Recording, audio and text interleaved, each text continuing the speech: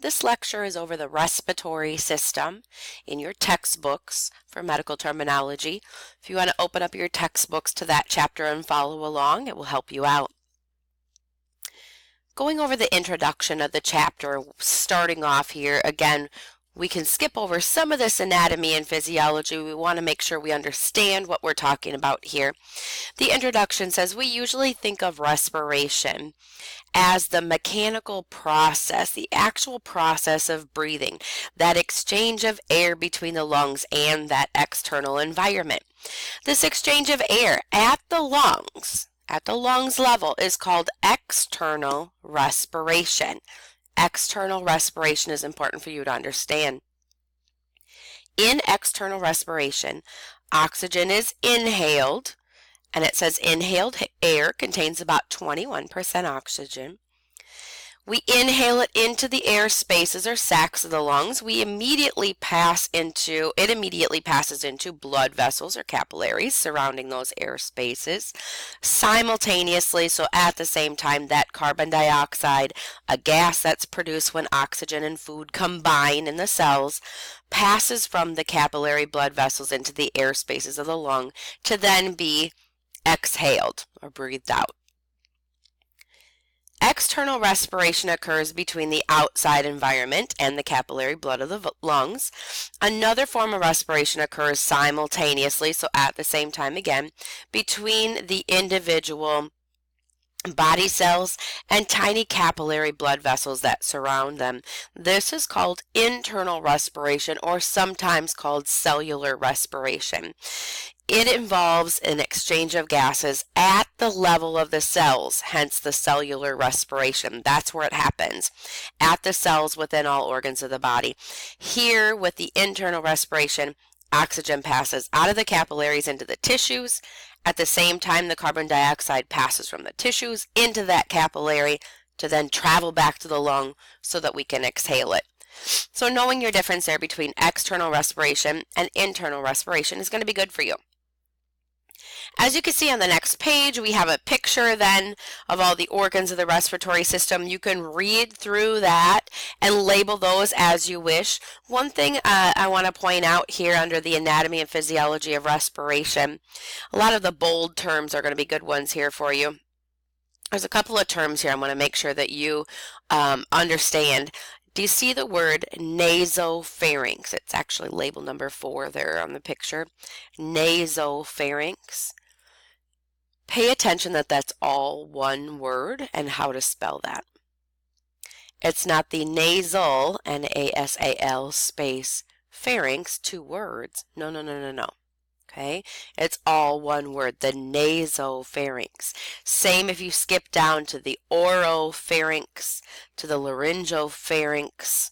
Okay, those terms there, I would say those 3 are going to be really, really essential that you understand and can pick out, that you can write. I want to make sure that you look smart, right? After taking medical terminology, you need to understand that these are all one word. Okay, lots of people want to split them out into 2 words. Don't do that. Turning the pages here, then again, more anatomy and physiology here, talking about the pleura there in the middle of the next page. We have inhalation and exhalation, or inspiration and expiration. All of those words, okay, inhalation and inspiration mean the same thing. You might hear them, said differently. Exhalation and expiration, depending on a facility or where you're at working in your job, the people might say, 1 or 2 of those words differently. The yellow vocab box is really good for you to go through. What I would point out is we've got some plurals here, 2 of them. You see alveolus, and the plural is alveoli, and bronchus, the plural is bronchi. Those are 2 plurals there to point out for you. Then we get to our blue boxes, right? The most important part. We have adenoido for the adenoids, alveolo for alveolus or the air sac, broncho and bronchi for bronchial tube or bronchus, bronchiolo for the bronchiole or the smallest bronchus that there is. Capno for carbon dioxide. That's kind of a goofy one, right? Not a lot of sense sometimes you can make out of these. Conio means dust. Cyano means blue. Epiglotto for epiglottis. Laryngo or larynxo for larynx or voice box. Lobo for lobe of the lung. Mediastino for mediastinum. Naso for nose. Ortho means straight or upright. I think a lot of us think of the orthodontist if we're getting, your braces, right? Keeping your teeth straight. Ortho meaning straight and upright. Look at the term that they used here. Orthopnea.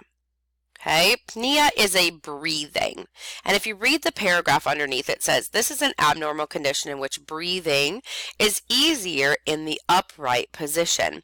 A major cause of orthopnea is congestive heart failure because your lungs fill with fluid when the patient lies flat. Hence, it would be easier to breathe if you sat up straight.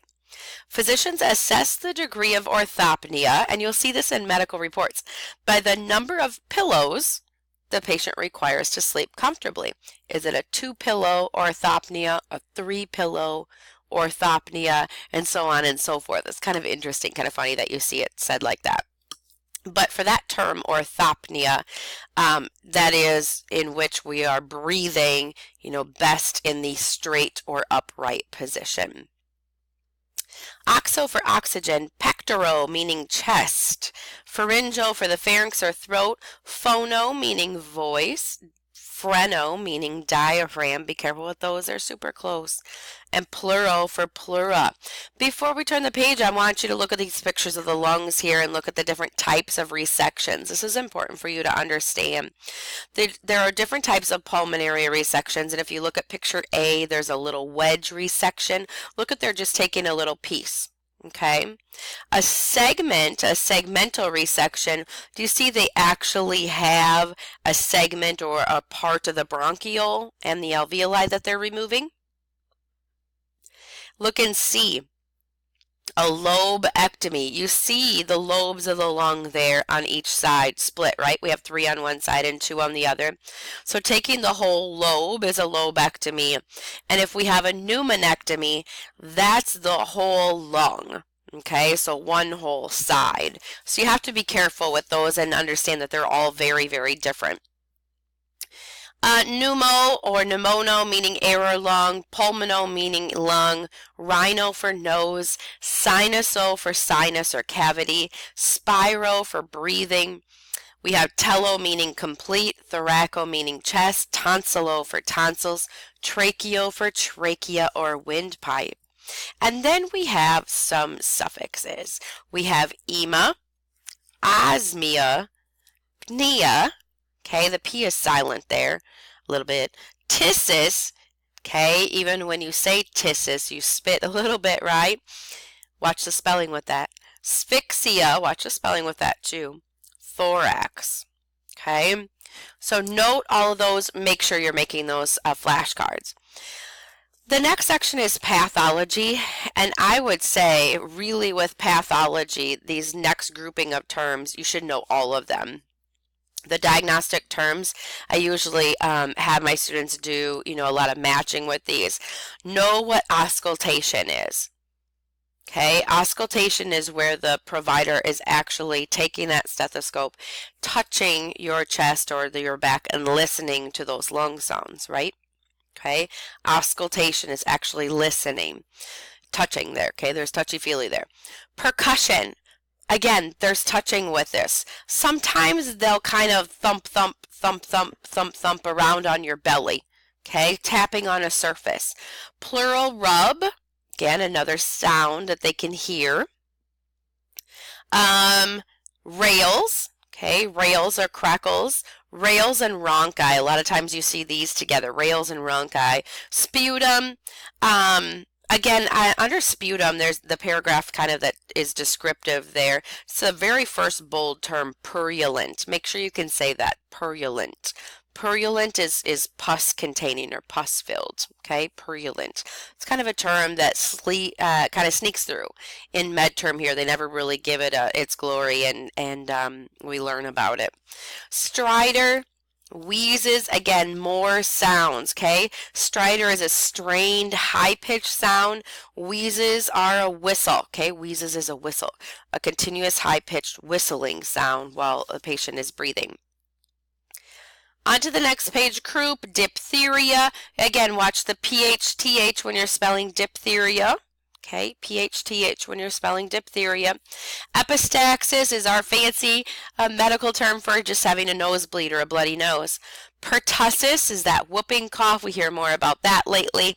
Asthma, bronchiectasis, chronic bronchitis, cystic fibrosis, atelectasis. That's a word to say, atelectasis. Okay, and then emphysema. All of these good conditions for you to pay attention to and understand and read through on your own. We get into cancers, lung cancers, non-small cell cancers, and small cell cancers. You can read about those.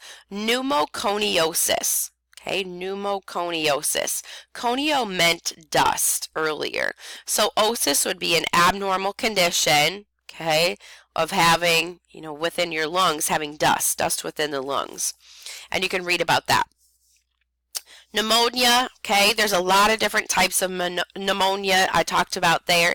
I guess there's one that I always write in my textbook here that isn't talked about, and that's a walking pneumonia, which is a legit type of pneumonia as well that you can be diagnosed with. Very hard to be diagnosed with a walking pneumonia. Pulmonary embolism is another good one for you to read about. There's a picture of it down below. You can see the kind of plug there. That's lodged in the vessels there in the lung.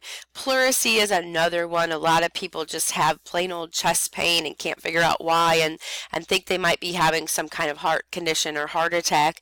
And pleurisy is just inflammation of the pleura, which causes the chest pain, okay, for different reasons. So that's a good one to pay attention there too.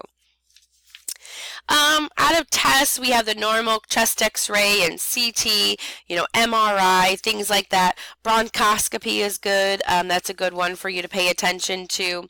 Pulmonary function test is where, I would spend some time, read through all of those paragraphs. Pulmonary function tests, or PFTs, are tests that measure the ventilation mechanics of the lungs. So the airway function, the lung volume, the capacity of the lungs to exchange the oxygen and carbon dioxide efficiently, that they're doing it, quickly. How much air are we breathing in? How much air are we breathing out? Is there any air left in there? Are we not completely emptying? That kind of thing is important with lung function tests.